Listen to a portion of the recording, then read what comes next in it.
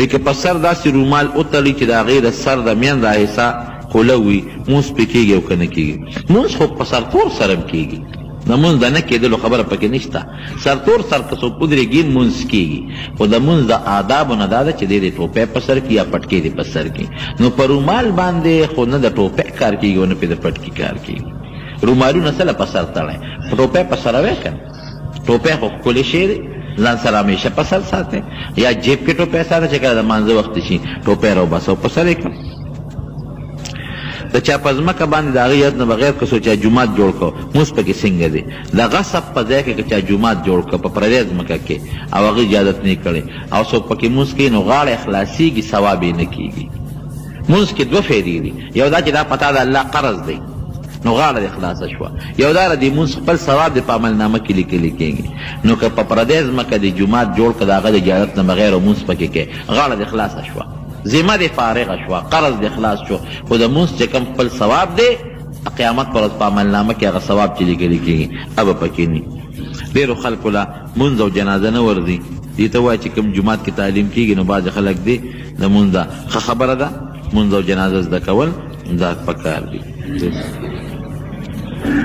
دا د زنانو متعلق تپوس یې کړی دی، نو دا مانه ځان له بیا تپوس وکړو.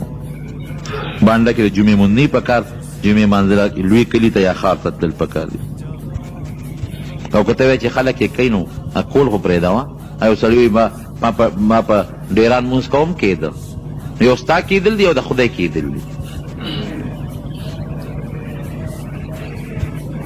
دی وایي چې ځان له نوم بدلول غواړم او بالکل نوم له یو اثر وي، ښه نوم کېښودل پکار دي.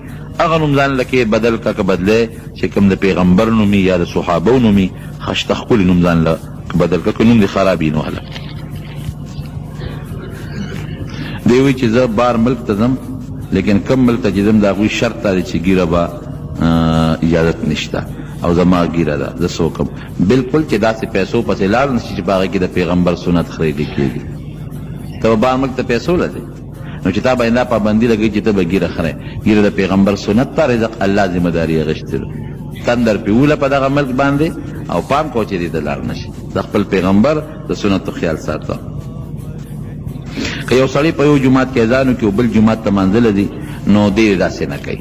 کم جومات کې چې په چا باندې اذان وشو یا په خپل اذان وکړو دی به مونځ همغه جومات کې کوي. البته که یو سړی د بل جومات امام دی نو بیا بل جومات ته تللی شي، او یا یو سړی څه عذر دی د عذر د وجې نه لکه مثلا دته څه داسې مسله پیښه شوه چې د جومات نه هغه عذر د وجې نه وتلي نو دی وتی شي. او که څه عذر نه یا د بل جومات امام هم نه نو چې کوم جومات کې چا په خپله بانګ ووی او یا د ناستو بانګ وویلی شو دی به مونځ هم په هغه جومات کې کوي. بلکل موقت سنت دی تراویح. ختمونو کې قاریان زر زر وی دا څنګه ده؟ نه زر زر دی نه وی، خپل یو حرف دی هر قاری خپل مخرج ته رسوي. ما خو راته مخکې ویلو چې دا زر زر وینا فایده څه ده؟ که تا دا ختم او تراویح دی لکه چې زه په الله خوشحاله کړم نو په داسې طریقه الله سره خبرې وکړه چې د شرم خو نه یي که نه. دا چې زر زر کې دا خو ته خدای سره خبرې کوې نو الله سره چې ته یو افسر ته ودرېږې او داسې زر زر خبرې وکړې دونه به دې ووایي چې د والو دغه به دې معلوم نه نو ته الله خو لوی ذات دی. هغه سره چې کله تاسو تراویح کوئ، قرات کوئ، تلاوت کوئ نو مزیدار خشته په صحیح طریقه کوئ. دی وایي چې مونږ اکثر تلاوت کوو چاته وبخو مړي ته زمونږ ثواب ورته رسیږي که نه؟ بلکل که یو سړی تلاوت وکړي د هغې ثواب نبي علیه السلام ته بخي یا بل چا ته بخي نو بلکل د هغې ثواب ورته رسیږي.